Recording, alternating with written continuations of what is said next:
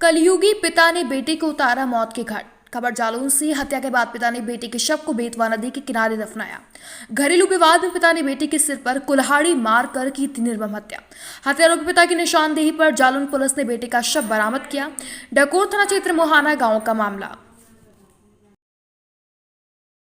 Sir, Dakor थाना क्षेत्र में एक पिता ने पुत्र की हत्या की है। सर, क्या है पूरा मामला?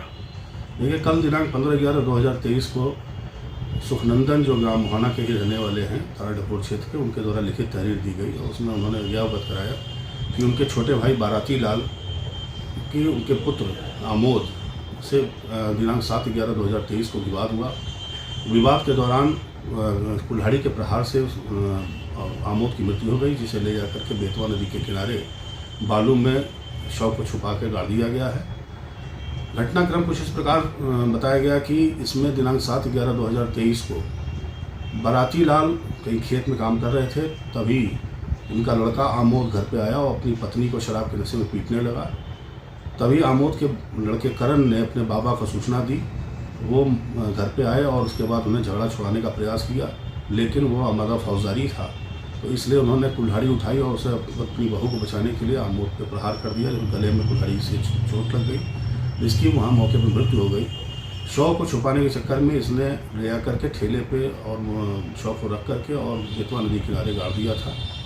सूचना मिलने पर डकोर पुलिस मौके पर गई और जाकर के शव को निकाल कर पोस्टमार्टम हेतु भेज दिया है।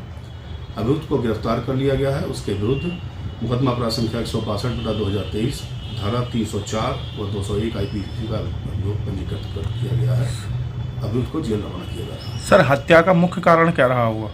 अभी तक तो जो प्रारंभिक जानकारी मिली है उसमें हत्या का मुख्य कारण आमोद का एक अन्य महिला से अवैध संबंध तथा शराब पीने का आदी रहा है। प्रायः ये अपने घर में आकर के अपनी पत्नी को मारता पीटता था।